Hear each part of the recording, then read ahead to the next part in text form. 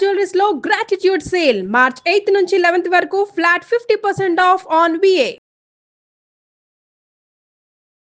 నమస్తే రమ్మగారు. నమస్తే జయ. రమ్మగారు, అన్నదానం చేస్తుంటాం. అన్ని దానాల్లో కల్లా అన్నదానం చాలా ప్రధానమైనది అంటారు కదా. ఎవరు ఎప్పుడు చేయాలి? దీనికంటూ ప్రత్యేకమైన నియమాలు ఉన్నాయా? ఎవరికి చేయాలి? ఇలా ఏదైనా మనకు శాస్త్రం ఏమైనా చెప్తా ఉందండి? అన్నదానం ఎవరైనా ఎవరికైనా ఎప్పుడైనా ఏ రోజైనా చేయొచ్చు. ఎవరు చేసినా ఎవరికి చేసినా ఎప్పుడు చేసినా ఎలా చేసినా అన్నదానం అత్యద్భుతమైన ఫలితాన్ని ఇస్తుంది. పూర్వం నుంచి ఎన్ని గాథలు ఎన్ని కథలు వింటామో దాని గురించి. అవునండి. ఆకున్న వాడికి అన్నం పెడితే స్వర్గం లభిస్తుంది. అబ్బా. ఇప్పుడు మనం మామూలుగా మన ఇంట్లో భోజనాలు పెడతాం. సత్యనారాయణ వ్రతం చేసుకున్నాం, భోజనాలు పెట్టాం. అది భోజనాల కిందకు వస్తాయి కానీ అన్నదానం కిందకి రాదు. పూజ చేసుకున్నాం, భోజనాలు. పెళ్లి చేసాం, భోజనాలు. ఊరికే సరదాగా మ్యారేజ్ డే, బర్త్డే, భోజనాలు. మనలాంటి వాళ్ళకే, మనలాగా ఉన్న వాళ్ళకే భోజనం పెట్టడం వల్ల ఈ భోజనం పెట్టడం వల్ల రావాల్సిన ఫలితం లభిస్తుంది. కానీ అన్నదాన ఫలితం ఎప్పుడు లభిస్తుందంటే నిజంగా ఆ సమయానికి అన్నం అవసరం ఉన్నవాడికి పెడితే దాని ఫలితం ఎక్కువ. ఆకలిగా ఉన్నవాడికి అన్నం పెట్టడం. పొద్దునుంచి ఎవరో ఫ్రెండే తిరిగి వచ్చాడు, అబ్బా పొద్దున ఎప్పుడో బయలుదేరాను అని చెప్పి సాయంత్రం 4:45 మన వాకిట్లోకి చేరాడు. చచ్చిపోతున్నాడు వాడు ఆకలితోటి మధ్యాహ్నం నుంచి. కాఫీ తాగుతావా, టీ తాగుతావా అని అడుగుతాం. ఆ పొద్దు నుంచి కాఫీలు చేసి తాగుతానని అన్నం రా నీకు అన్నం పెడతాను, ఉంది మధ్యాహ్నం పన్ను ఉందని నువ్వు ప్లేట్లో పెట్టి ఏదో ఒక పప్పు కూర చారు లేదా కాస్త పచ్చరన్నం మసి పెరుగన్నం, అది ఫలితం ఇస్తుంది. ఇలాంటిది కూడా రోడ్డు మీద ఎవడో ముష్టివాడు, వాడికి ఆకలి, అన్నం లేదు, అమ్మ 3 రోజులైందమ్మా అన్నం తినంటే నిన్న పొద్దుటి చద్దన్నం అయినా సరే అంత అన్నం పెట్టి కాస్త మజ్జిగ పోసి వాడి ప్రాణాలు నిలిపితే దానం, అది ఫలితాన్ని ఇస్తుంది. ఎక్కడో ఏదైనా సమాజం అక్కడంతా వికలాంగులు కానీ పెద్దవాళ్ళు కానీ లేకపోతే అనాథ పిల్లలు, వాళ్ళకి ఏ ఆసరా లేదు, వాళ్ళకి భోజనానికి మంచి భోజనం, వాళ్ళకి భోజనం పెడితే అది ఫలితాన్ని ఇస్తుంది. నారాయణ సేవ అంటారు. ఎట్లా అంటే ఈ దేవాలయాల్లోనూ అక్కడ దేవాలయాలకి ఎక్కడెక్కడెక్కడి నుంచో వచ్చిన జనం మధ్యాహ్నం వేళ అయ్యేసరికల్లా అందరూ అన్నానికి ఆ టైం అయ్యేసరికి గంట కొట్టేస్తూ ఉంటుంది. ఆ టైంలో పెట్టిన భోజనం అవి అద్భుతమైన ఫలితాలను ఇస్తాయి. చాలామంది గురువుగారులు ఏం చెప్తారంటే జయ, కొన్ని గ్రహాలకి అన్నదానమే మంచి ఫలితాన్ని ఇస్తుంది. రోజు ఎవరో ఒకళ్ళకి అన్నం పెట్టు, మన గ్రహదోషాలు పోవటానికి. కాస్త సాంబార్ అన్నమో కొంచెం పులుసు అన్నమో, అదే మన ఏమంటారు పులిహారో కాస్త దద్దోజనమో చేసి ఓ 4 పొట్లాలు కట్టి ఎవరికైనా దారిపోయే వాళ్ళకి ఇచ్చిన ఫలితమే.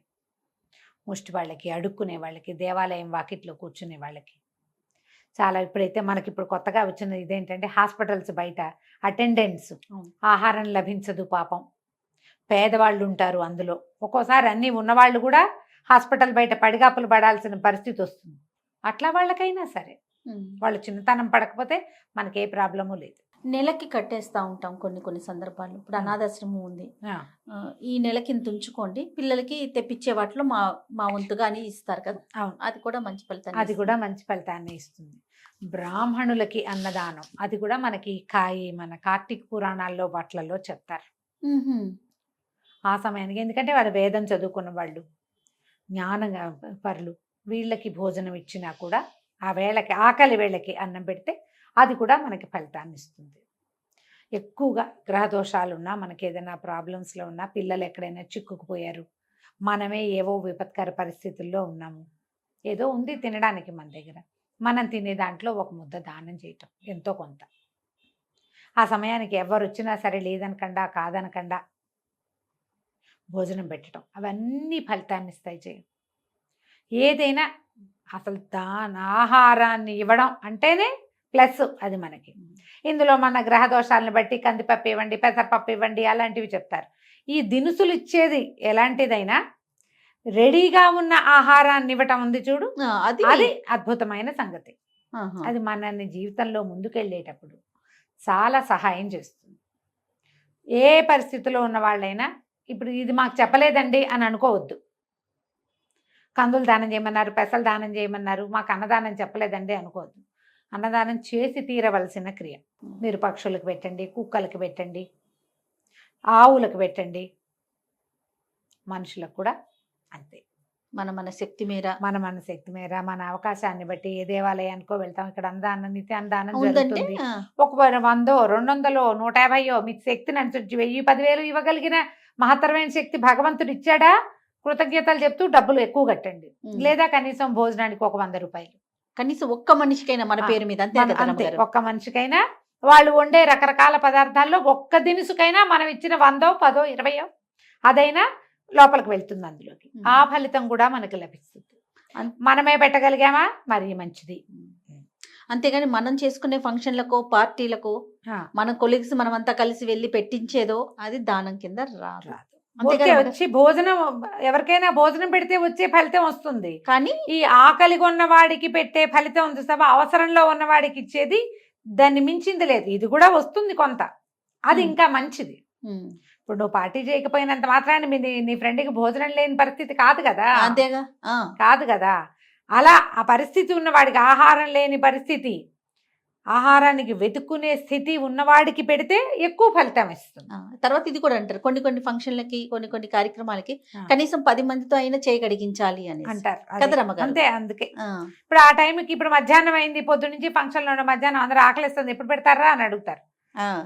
మన ప్లస్ అవుతుంది, అది మనకి ప్లస్ అవుతుంది. అంతేగా, మంచిదే. మనం పిల్లలు కూడా ఏమంటాం, ఇది ఓకే మంచిదే, పప్పన్నం ఎప్పుడు పెడుతున్నావు అని అడుగుతాం. అవును. అంటే అన్నం ఎప్పుడు పెడుతున్నా అంటే లేకని కాదు, ఇన్ జనరల్ గా అదే మాట వస్తుంది కదా. అంటే మేము అనుకునే వాళ్ళం ఇది వరకు రోజువారీ పప్పులు అవి వండుకునే వాళ్ళు కాదు జయ. ఆ కాలంలో, అది ఎప్పటి కాలంలో పుట్టింది, అప్పుడంతా కొర్రలు, జొన్నలు అలాంటివి తినేవాళ్ళు. ఓహో, ఇంత ఆహార ధాన్యాలు, ఇంతంత పంటలు, ఇంత వ్యవహారాలు ఏవి.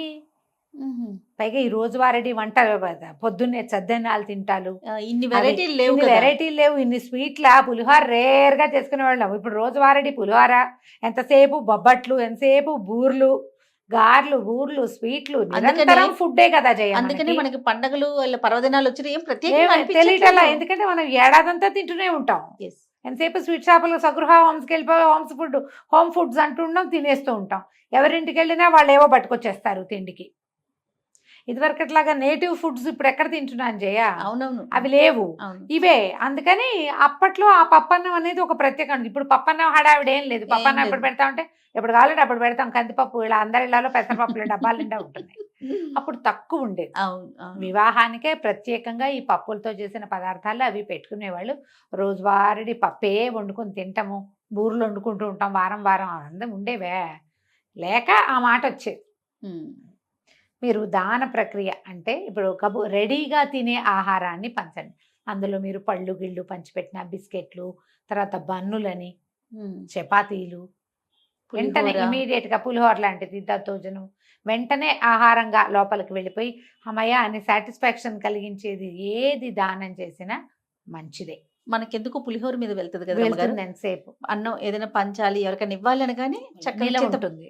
చింతపండు పులిహోర అదే నెల ఉంటుంది కదా. ఈ పొద్దున చేసామనుకో, రేపు పొద్దుడి దాకా అది బాగానే ఉంటుంది. నూనె, పసుపు పడతాయి కాబట్టి. రెండోది ఏంటంటే ఒక సాటిస్ఫాక్షన్ ఇస్తుంది, సటైటీ వస్తుంది. దానివల్ల పులుపు, ఉప్పు, కారం అన్నీ ఉంటాయి కదా. అందుకని మనం దాని మీదకి వెళ్తాం. నిల ఉంటుంది కూడా, పాడవదు కాబట్టి. మేము ఈ అవకాశాన్ని బట్టి చేయండి. ఎప్పుడు అవకాశం లభించినా దానం చేయటానికే చూడండి, ముందుండండి. రెడీమేడ్ ఆహారం, అప్పటికి సిద్ధంగా ఉండే ఆహారాన్ని దానం చేస్తే ఎప్పుడు మనకో మన పిల్లలకో భవిష్యత్తులో ఎప్పుడైనానో అది ప్లస్సే అవుతుంది. కానీ దానివల్ల ఏమీ నష్టం లేదు, అంతా లాభమే ఉంటుంది. అంతే. నమస్తే. నమస్తే జీ.